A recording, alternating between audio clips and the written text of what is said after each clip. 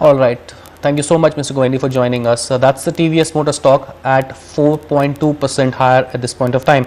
Let's move on. Let's talk about the pharma space. Lots happening. The aspect of the drug pricing norm. How does it impact the pricing power? But more importantly, how's the industry doing? Let's touch base with the management of Panacea Biotech.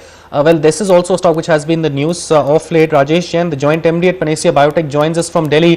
Rajesh, great having you with us. At first I want to revisit the tie-up, the strategic alliance with Osmotica Pharma that you had announced, I think, last month. Let's talk about that first before we move any further. How do you intend to capitalize on that alliance, and what is the scope and what kind of incremental benefits do we see coming your way with the purpose of this alliance? Hi, thank you, Ashutosh, first of all, for inviting me to your channel this morning. Okay, Panacea Biotech has entered into this strategic alliance with Osmotica. Broadly, it is on very high barrier to entry generic and branded pharmaceutical products, in which there are several markets, including the largest one, that is US. In this deal, we will be responsible for product identification, research, development, and manufacturing, whereas Osmotica would be responsible for obtaining its registration, legal matters, marketing, sales, and distribution.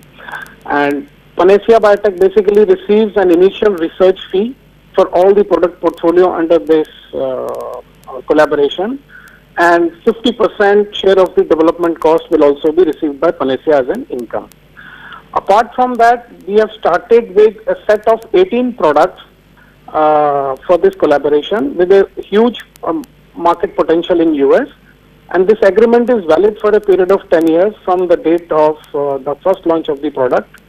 And we have set up a joint steering committee which is going to add new markets and new products to this collaboration.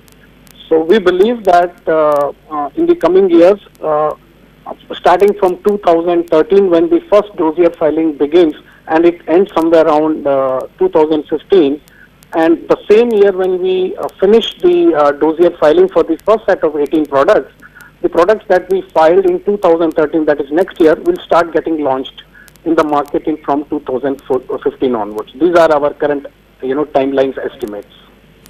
How soon we see the first milestone payment coming your way?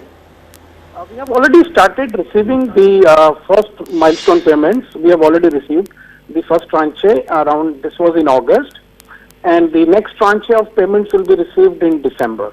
And then almost every quarter we will be receiving payments. Yeah. Mr. Jain, let me also drag your attention towards the recent pharma pricing issue.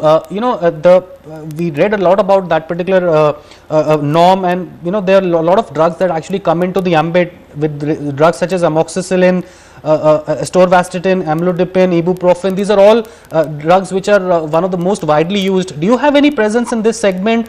And if yes, how would you actually look to mitigate the impact of this new pricing norm?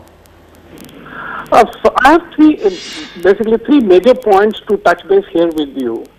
First of all, I would want to really welcome this step by government, for the group of ministers to come out with a decision at least, which has gone to the cabinet, and eventually the government will make it a law, hopefully, and then the price control would be applicable. So I believe this has been wanted by consumers, by the industry to formally, come to the market. In that sense, I'm very happy.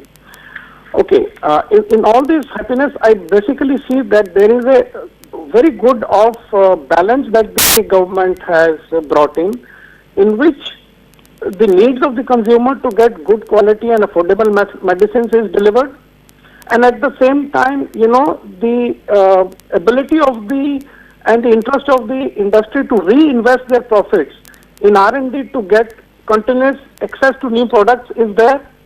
And our opportunity to continuously invest in people development, attract foreign investment in the healthcare sector, investment in upgrading our infrastructure to the changing, ever-changing regulatory standards is there. And the good part is also that on an average, we will see a price drop of almost 18% across. This is our estimate. And almost 60% of the national list of essential medicines will see a price drop of almost 20%. And some of the manufacturers may see a price drop in their specific brands up to 75%. As far as Panacea Biotech is concerned, we don't see much change in our pricing because they were already competitive. And we were not in the sense that we were leading the market with high price brands. We were already in the right price bands. So we don't foresee much change in our pricing structure. But obviously, we cannot make any comments at this stage until we have really finally seen the approved policy and then make a comment on that. All right, Mr. Jain, we'll let you go through that policy. We'll come back and bring you on a more detailed discussion on that. Thank you so much for giving time to us this morning on Profit. Panacea Biotech up nearly 4% on the stock. We'll take a break, come back with more.